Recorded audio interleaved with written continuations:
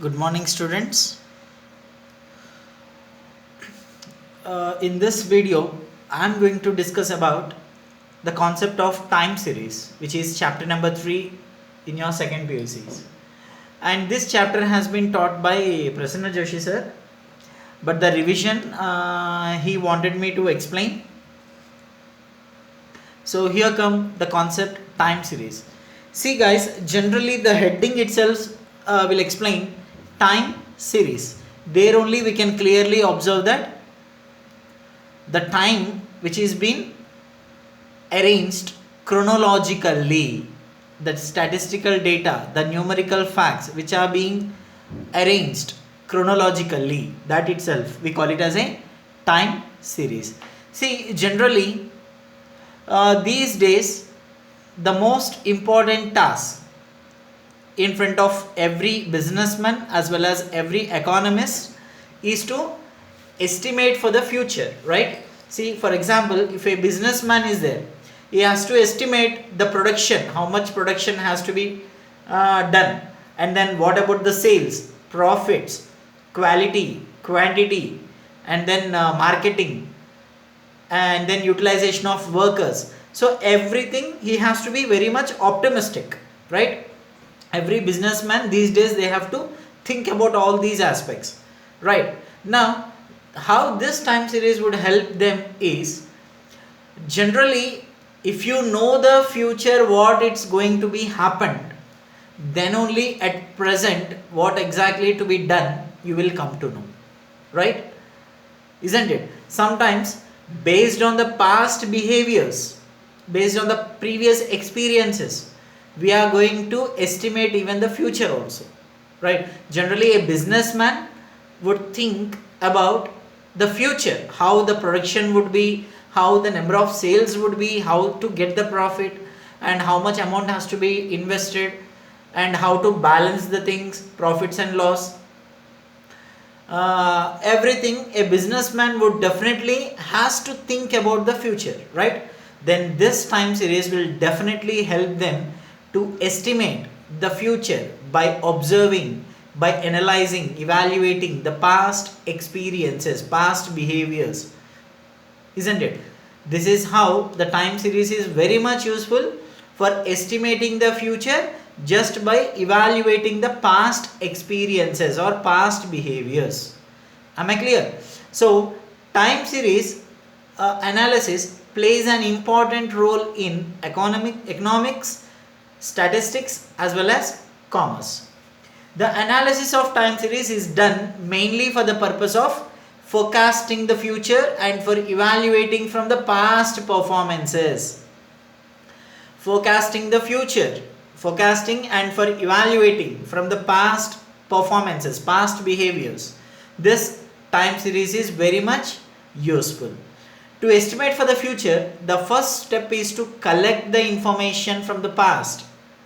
Okay, if you want to estimate the future, for example, by seeing your past results in unit test, cyclic test, a grand test, as well as terminal examination, preparatory exam, midterm exam, whatever the examinations you had appeared, based on your past scores, we can guess the future, we can estimate the future, how much you are going to score in the examination, isn't it?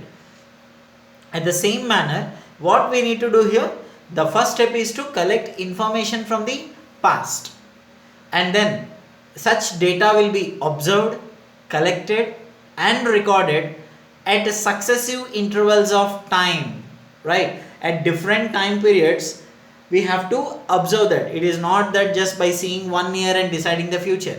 We have to observe some successive intervals of time periods, right? Such data are called time series data. I think this is the introduction, guys.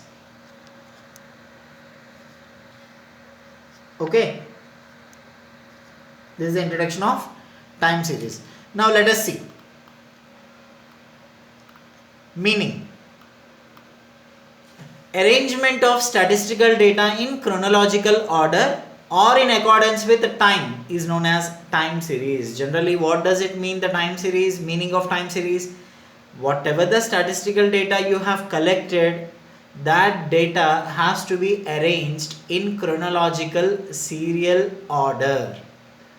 It has to be arranged, that's it. But in what way it has to be arranged? Chronologically it has to be arranged. What does it mean chronologically? Successive intervals of time in a sequential order. The time, if you order it. For example, you know the Chronicles of Narnia, right? How the Chronicles of Narnia part 1, part 2, from one time period to another time period, how they are going to observe this things. So that is the meaning of chronicles or chronological, right? Chronological means serially, sequentially, according to time, if you arrange. That is the meaning of chronological order. Now what you are arranging here, for those time periods, the statistical data which are being arranged accordance with the time, that is called as time series. It is known as a time series. See, when numerical data are observed at different points of time, the set of observations is known as time series. This way also it can be said. Just look at there one example. If you observe agricultural production, sales, population, exports, imports, etc. at different time points, since from last 5 or 10 years, if you arrange how the exports of so and so item, how the imports of so and so item, what would be the population of India from one period to another period, sales of so and so product from one time point to another time point, arrangement, the set of observations which are being arranged according to the time. That is the example. Look at here. Here the variable is related to time, that means which may be a month or day or week or year, etc., whatever it may be. So from right from the hour, day, week, month, as well as the year, these are all called as a time, right? Now what is the definition given by three Swiss mathematicians, statisticians, physicians? How they have given the definition of time series is: a time series is a set of statistical observations arranged in chronological order. Very simple. The statistical data which is being arranged chronologically, that also it is called as a time series. Look at their Croxton and Cowden, how it was given. A time series consists of statistical data arranged chronologically, singular manner it is. Next, Patterson. A time series consists of statistical data which are collected, recorded, observed over a successive intervals of time. That is the meaning they have given increments. Successive intervals of time. This was given by Patterson. The definitions of time series given by Morris Hamburg, Croxton and Cowden, as well as Patterson. Now, what are the basic essential requirements to observe the time series data? Let us see that one. Essentials or requirements, needs for the time series data. Look at here. The essential requirements of time series are: first one, as far as possible the time gap between various values must be equal. For example, suppose sales of so and so product from 1960, if you want to observe 1960, 1970, 1980, 1990, 2000.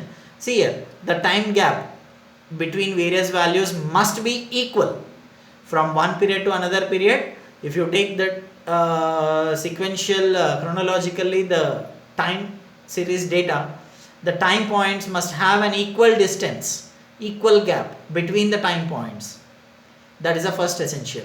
Second one is, it must consist of a homogeneous set of values. As you know that homogeneous means alike, same kind. If you are calculating the production, means regarding production only, all the years the data has to be taken, right? So another thing is, if you are taking the units of so and so product in terms of kgs, all the years in terms of kgs only it has to be taken, or quintals only it has to be taken, the units. So homogeneous set of values must be taken. And then data must be available for a long period of time. So generally, as I said, that it is not just like observing 1 year, 2 year and then estimating the future. Minimum 5 to 10 years the time series data has to be collected, recorded, remember.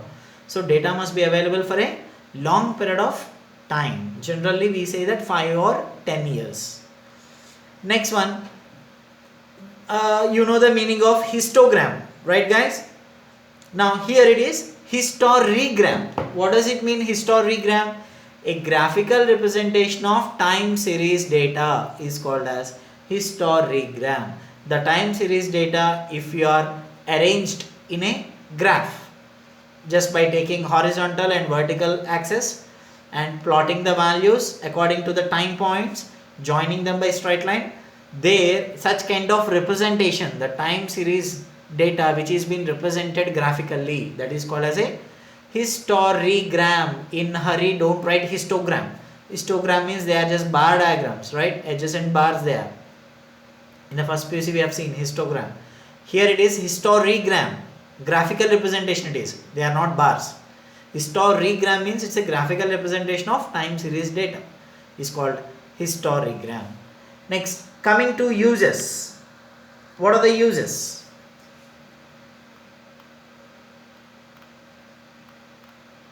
Uses of time series.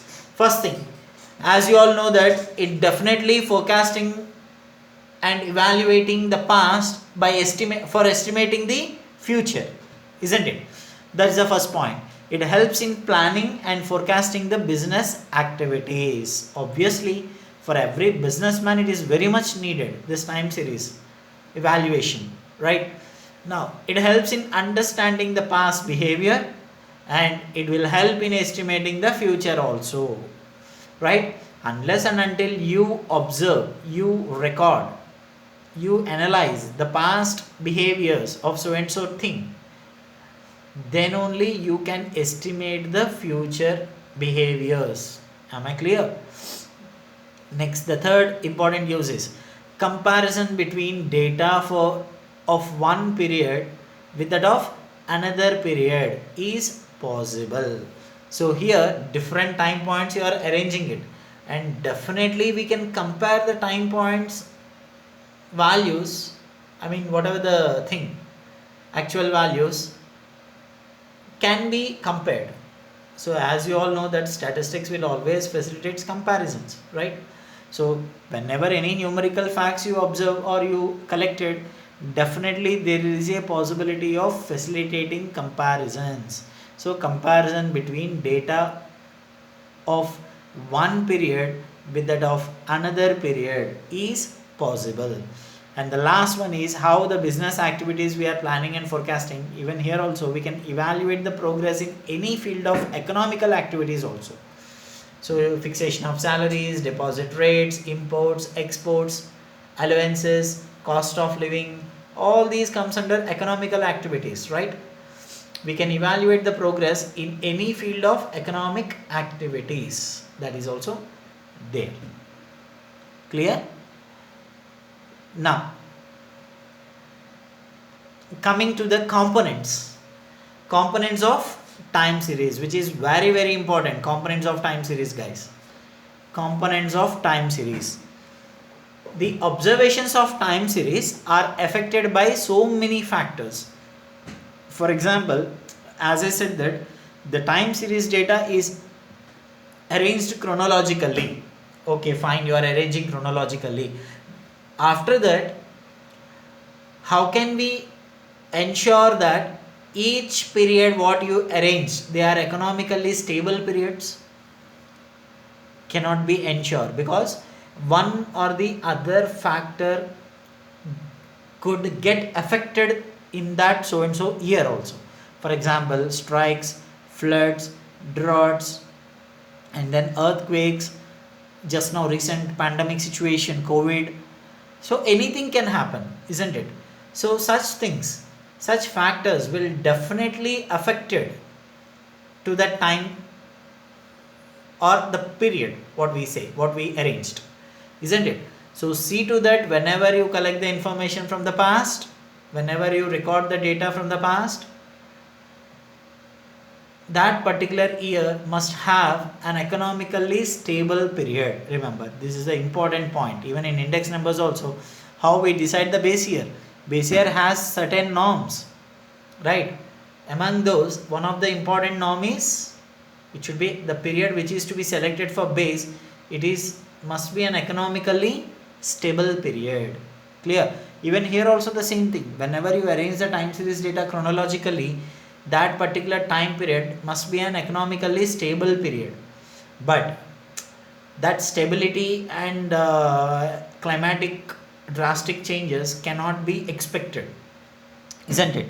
So the observations of time series are affected by so many factors.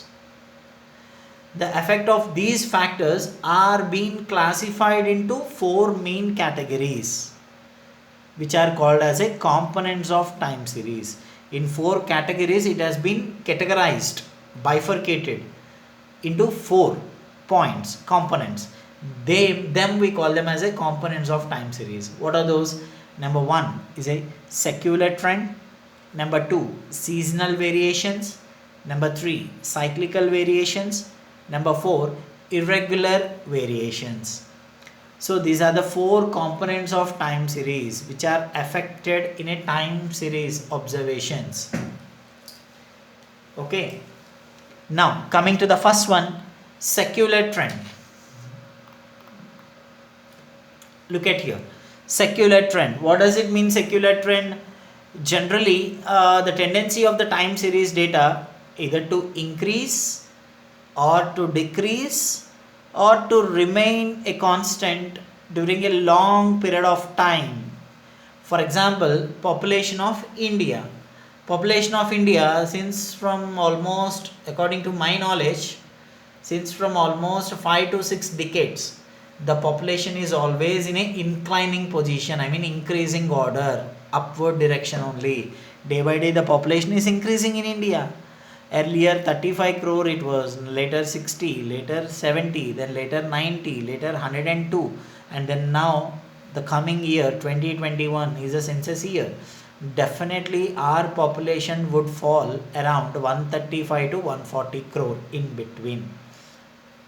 Without this thing, definitely, without fail, definitely our population falls between these two value, around 135 crore to 140 crore population in India.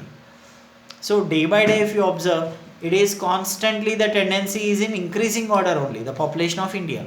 At the same time, the death rate has totally come down because of so many facilities and developments, implementations in hospitalization, as well as medical facilities, medicines. So much of improvement has been observed. So that is the reason the death rate has come down. Okay, so since from long period of time, see, anything, if you take any time series observations or data, statistical data of time series, if you observe, the tendency, if continuously it is in increasing order, or continuously it is in decreasing order, or only remains a constant during a long period of time. Here the long period of time, it doesn't mean that only the years together it has to be observed like that, not like that. Okay, sometimes few hours only may consider it as a long period of time. For example, small little researches, for example, the COVID test, rapid test, how it will be, within hours only the test will be done, right, to many people in different centers, isn't it? Based on that we can decide that how many people have been affected by COVID and not affected by COVID, or else like they are curing, everything, they are being attacked. So everything will be observed within a short time span, it will be decided you have got negative. So that negative survives unless you are not followed any rules and guidelines given by the government. Definitely again, once again you are going to be attacked. But once the negative comes, definitely for a long period you will fall negative only, COVID, unless if you do not follow any guidelines like mask wearing, everything. See, why I am giving this as live example is, sometimes based on few hours also our future will be decided, right? Isn't it? For example, doctors you take, within span of half an hour one operation they will be doing it. So say for example heart operation or something, brain operation, but after getting it operated, that person survives for a long period of time. For the few hours, in some cases for the few hours may be considered as long period. Am I clear? In other cases, several years also may be called as a long period. So we cannot decide that long period does not denote a fixed period of time. Am I clear? It depends upon the nature of the data, the long term. The long period means the meaning of long period or long term. Clear? So this is the concept of secular trend. Next, see there, it should be clearly understood that trend is a general smooth long term average tendency. Look at their examples. Increase in the price of gold in the past many years is an upward trend. Decrease in the death rates in the past many years is a downward trend. And I gave you two examples also. Population is always an upward trend. Increase in the population in the past many years is an upward trend. Decrease in the death rates in the past many years is a downward trend. Clear? So with this secular trend, I am going to end this video. In the coming video, I would like to discuss the remaining components of time series. Okay, so let us meet in the next video. Thank you.